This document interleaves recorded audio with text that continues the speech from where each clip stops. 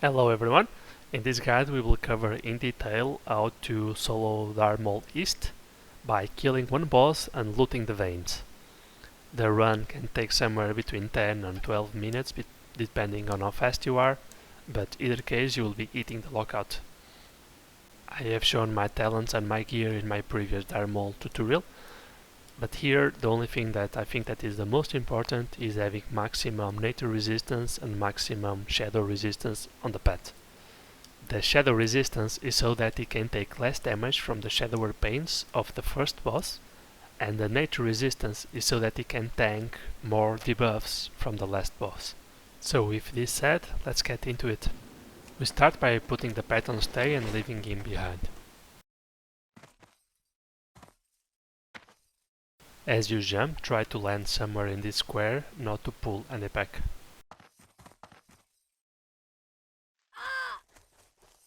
You might encounter the patrol around here, so be careful with that.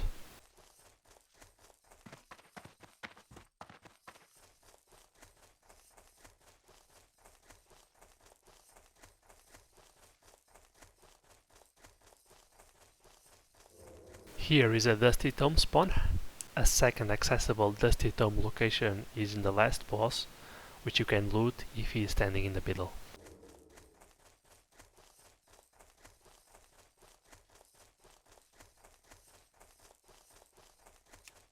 I used a flare on the entrance not to get caught off guard by the patrols. And when you find him, scatter shot and keep running. You can slow him to gain more distance and just keep going. There is sometimes a second mob that you should watch out for. We will be avoiding the first boss, so just run past him.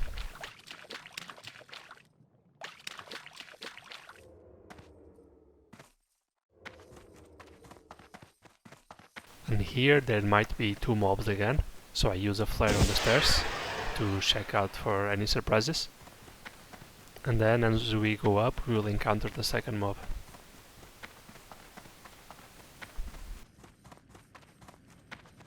The same principle applies, just scatter shot and run until the position.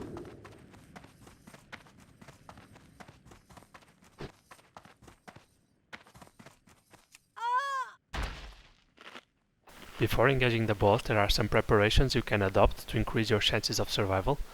The first is to summon your pet and put him in passive, behind the pillar. This will enable that when you get a sacrifice, you can send your pet in and you will aggro the boss for some moments, which reduces the damage you take and makes it enough to survive.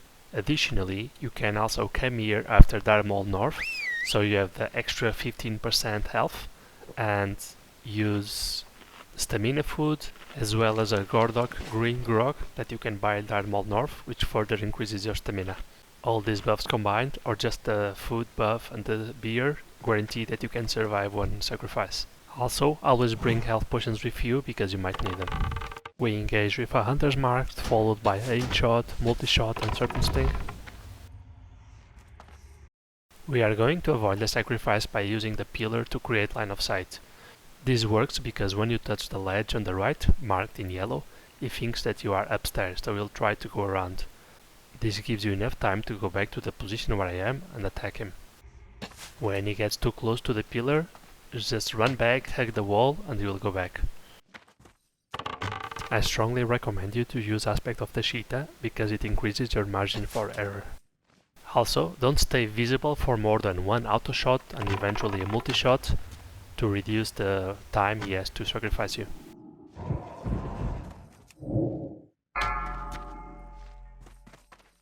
When using multi-shot, make sure that the boss is at the green line or closer to you.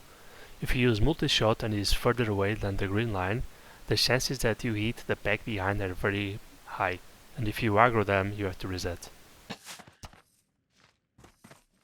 You don't really need any more abilities other than Serpent Sting and multi-shot, otherwise you run out of mana very quickly, so just do this dance, cast Serpent Sting when you can, cast multi-shot when it's close, and have a bit of patience and you will die easily.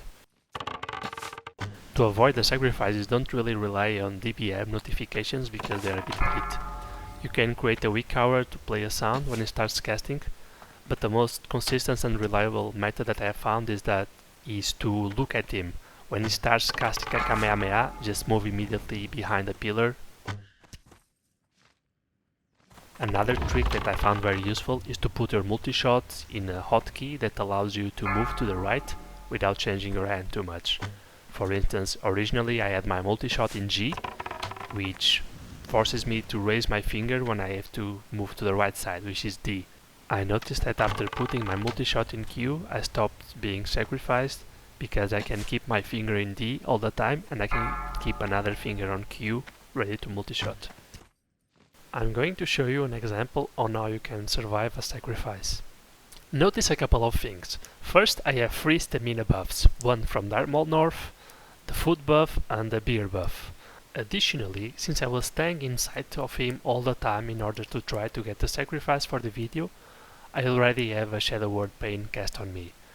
This cancels the stamina buff from Dire Maul North, so in this situation it is as if I was doing the fight with only the food buff and the beer buff. Take notice also of the position of my pet. He is as far away as possible in the pillar, because when you get sacrificed and you are sent to the middle, if he is closer to me, he has to go all the way around the pillar before he hits the boss, which means that it spends more time traveling and you take more damage. So here we get sacrificed. As soon as you are in the middle, send your pet to attack and you will gain aggro. As he gains aggro, send him back using the stay command and he will tank the boss a bit. In this time, use this opportunity to go back to the former position and restart the fight. Since I got another Shadow Word Pain here, I am forced to use the potion. If a potion is not enough, you can also use a Whipper Rooper Tuber or a Night Dragon's Breath. So basically, if you use the pet, you have 2 chances. If you get sacrificed 2 times in the fight, you deserve to die and go back to practice. And this is all there is to it. Just watch out that when he starts to get low HP, he becomes slower. And I think this is actually the most dangerous part of the fight, because you lose a bit of concentration, and if he casts one sacrifice, he can still kill you. So keep your wits alert until he has 0 HP.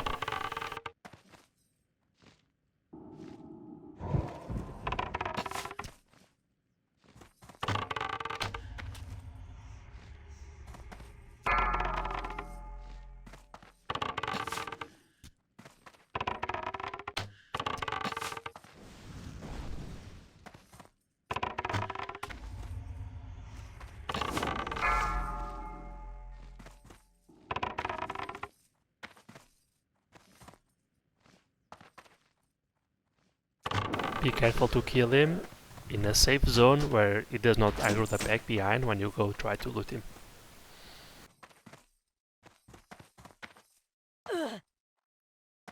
On the way back, watch out for the 2 patrols that can still be lurking around.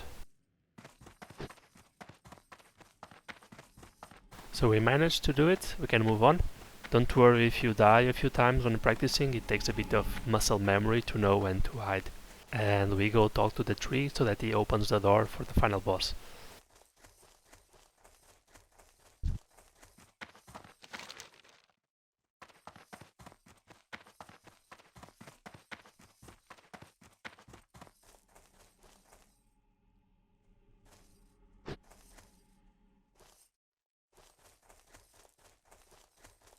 When you reach the boss, jump to this pillar here, not to lose so much damage, and then jump to the right, not to aggro him in case he's close to the wall.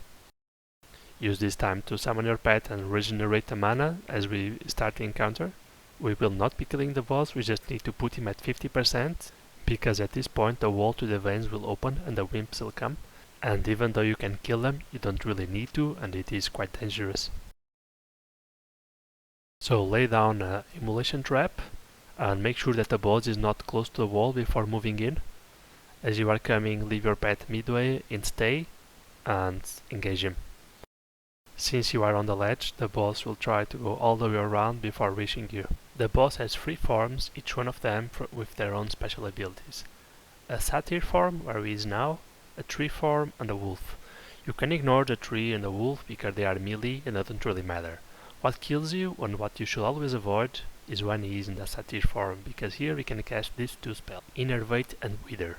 Innervate isn't a big deal because it does not kill you, it just drains your mana, which makes the fight longer. What you really need to watch out for is Wither, because it puts a damage over time on you that can easily kill you if you get 2 or 3 of them.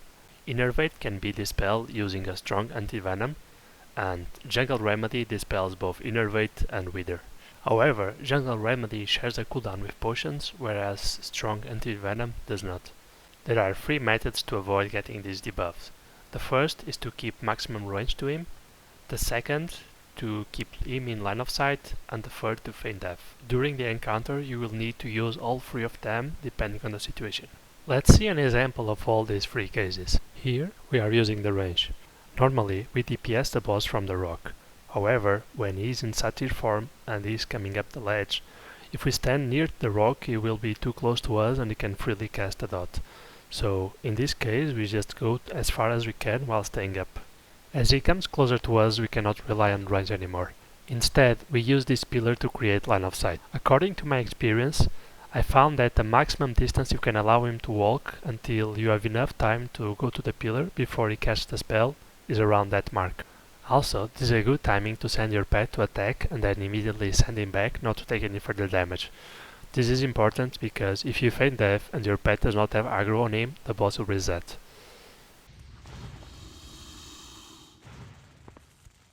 This part of the encounter represents the moment where you are most exposed to him. You cannot jump to the ledge and go back because he is too close to you, so he will finish the cast before you have a chance to outrange him. You also cannot try to line of sight behind the pillar because you will be staying down and the boss will be staying down, which means that he will eat you directly. As a result, this is the best timing to use feign death. If you are in this situation and the boss is starting to cast a debuff, just feign death. Feign death can also be used in any other moment of the encounter, of course, but I feel that this is the timing where you really have no other choice. Knowing this, the fight is all about managing these 3 moments until he is close to 50% when the imps are triggered.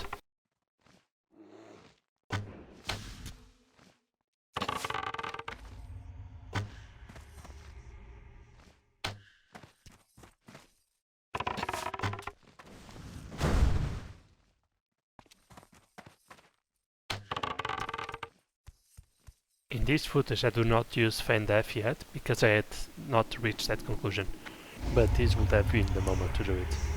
Sadly, as I took the debuff, I have to resort to a jungle remedy. I could probably still survive because I still have a lot of HP, but you never know, I just played safe.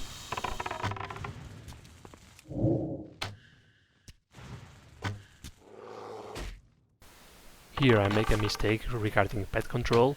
For some reason he stopped being in stay and he kept following the boss, and when this happens he will aggro the lashes on the back.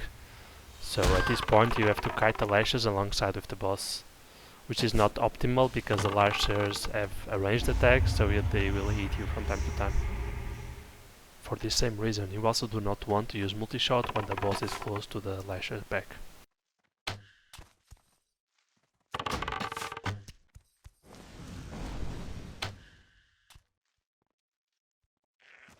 When the boss reaches 50%, the imps will start coming, as you have noticed by the sound. Before triggering this event, there are 2 things that you should pay attention to. The first is that you want the boss to be on the ground and as close as possible to you, so that when the imps come and you jump on the ledge, the boss still has to go all the way around and it gives you enough time to survive. The second, and the one that I consider the most important, is that you want to trigger the event after the boss has transformed, and that transformation is not into satyr form. This is particularly important because if you are kiting him, let's say in the dog form, and when the imps comes, he becomes the satyr form, it can have a ranged attack and put a debuff on you, which can be a disease and kill you, or the innervate and drain your mana, so that you don't have enough mana for feign death. So if he is in satyr form, just keep kiting him at 51 or 52%, and as soon as he transforms, bring him below 50% and stand on the ground.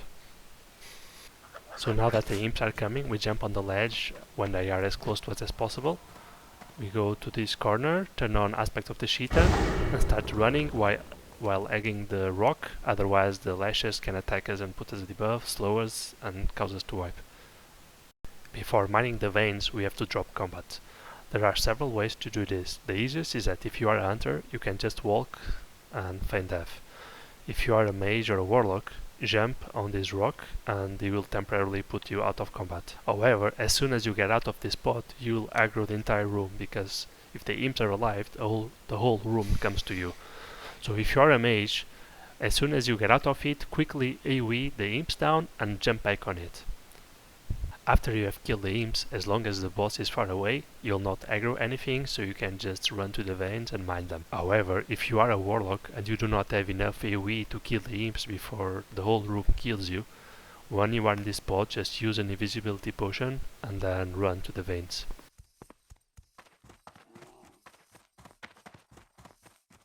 After this turn, it is safe to feign death. To decrease the chances that feign death fails, especially because an attack can be batched in with the spell and cancel its effect, I usually put aspect of the monkey to increase the dodge chance, deterrence to increase parry and dodge, and also face the mobs, because when you are giving your back to them, you cannot dodge, so it means that you are hit by more attacks than you should. When the imps are starting to move away, you can take a deep breath of relief, wait a bit for them to go further away, and then collect your veins. In case you die after the boss triggered the event and the imps spawned, you can still collect your veins. However, be careful that, as mentioned before, the moment you step down, the whole room will be aggroed. So you want to jump when the boss is not close to the pillar, so that it does not go on you, and you repeat it. When the imps are coming up, you turn on aspect of the cheetah, run hugging the wall, get inside, and end up. Here I ran a little further than necessary, but I wanted to keep some distance so that the attacks do not get batched in with the feign death. And here you are again, free to mine and loot those juicy crystals. This was everything. I hope it was useful, and thank you very much for watching.